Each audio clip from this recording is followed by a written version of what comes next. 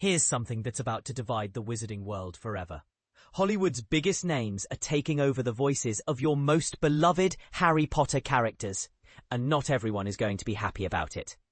Audible just dropped a casting bombshell that has Potterheads everywhere, either jumping for joy or clutching their original audiobooks in protective fury. The audio entertainment giant, working alongside J.K. Rowling's Pottermore Publishing, has unveiled an absolutely star-studded lineup for their upcoming Harry Potter, the full cast audio editions. And we're talking about a production so massive, it involves over 200 voice actors. But here's where it gets controversial. Some of these casting choices are going to make you question everything you thought you knew about these characters. The latest wave of announcements reads like a who's who of British entertainment royalty. Kit Harington, the brooding Jon Snow himself, will be stepping into the shoes of the vain and incompetent Professor Lockhart. A choice that's either brilliant or completely backwards, depending on how you see it. Meanwhile, Keira Knightley takes on the absolutely despised Professor Umbridge, which means we'll be hearing that sickly sweet, authoritarian voice delivered with Oscar-nominated precision.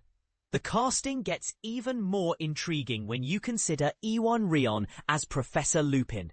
For those who might not recognize the name immediately, Rheon is the actor who terrorized audiences as the sadistic Ramsay Bolton in Game of Thrones. Now imagine that same voice bringing warmth and wisdom to one of Hogwarts' most beloved teachers. It's either going to be a masterclass in range or a jarring disconnect that breaks the spell entirely. Ruth Wilson will voice the unhinged Bellatrix Lestrange, while Ambika Mod steps into the role of the quirky Metamorphmagus Nymphadora Tonks. Leo Woodall brings life to Bill Weasley, the eldest Weasley brother who works as a curse breaker for Gringotts Bank. Simon Pegg, beloved for his comedic roles, will portray the bumbling but lovable Arthur Weasley, Ron's father, who's obsessed with Muggle artifacts. Perhaps the most anticipated casting choice is James McAvoy as Mad-Eye Moody, the paranoid but brilliant aura with the magical rotating eye. McAvoy himself seems genuinely excited about the challenge, stating in his announcement, "I am absolutely thrilled to bring the fiercely determined Mad-Eye Moody to life in these dynamic audio editions from Pottermore and Audible." He's a layered character, constantly shifting between battle-hardened intensity and unexpected moments of wisdom. Capturing his commanding presence was incredibly fun.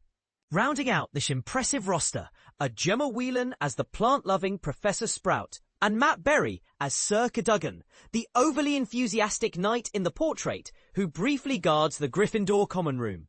And this is the part most people miss. This isn't just a simple re-recording of the beloved Jim Dale versions that many grew up with. This is a complete reimagining of how we experience these stories auditorily. Set to launch exclusively on Audible starting November 4th, 2025, with Harry Potter and the Sorcerer's Stone. Each subsequent book will roll out monthly, creating nearly a year-long magical journey for listeners worldwide. This latest announcement represents the third major casting reveal for the project. Previously, Audible had already sent shockwaves through the fandom by announcing Hugh Laurie as Albus Dumbledore, Matthew Macfadyen as the terrifying Lord Voldemort, and Riz Ahmed as the complex Professor Snape. Michelle Gomez will voice the stern but fair Professor McGonagall, while Cush Jumbo takes on the crucial role of narrator, guiding listeners through the entire 7-book saga. Just last week, fans learned that Mark Addy would bring his distinctive voice to the gentle giant Hagrid. Alex Hassel would embody the aristocratic menace of Lucius Malfoy. Daniel Mays would capture the endearing house elf Dobby. And Sarah and Avni Deshmukh would portray the Patil twins. But here's something that's stirring up even more discussion. The decision to use different actors for Harry, Ron and Hermione as the characters age throughout the series. For the first 3 books, young performers Frankie Treadaway, Max Lester and Arabella Stanton will voice the iconic trio. Interestingly, Stanton is simultaneously playing Hermione in HBO's upcoming Harry Potter television series, which is currently filming in the United Kingdom. A connection that raises questions about cross-promotional strategies, and whether this creates continuity or confusion for fans.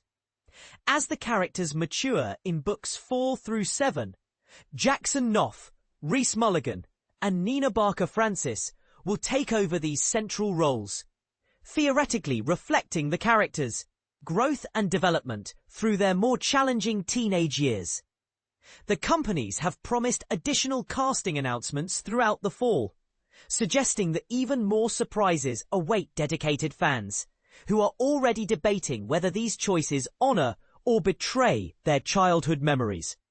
Following the November launch of Goblet of Fire lands February 10th, 2026, with Order of the Phoenix following on March 10th, 2026.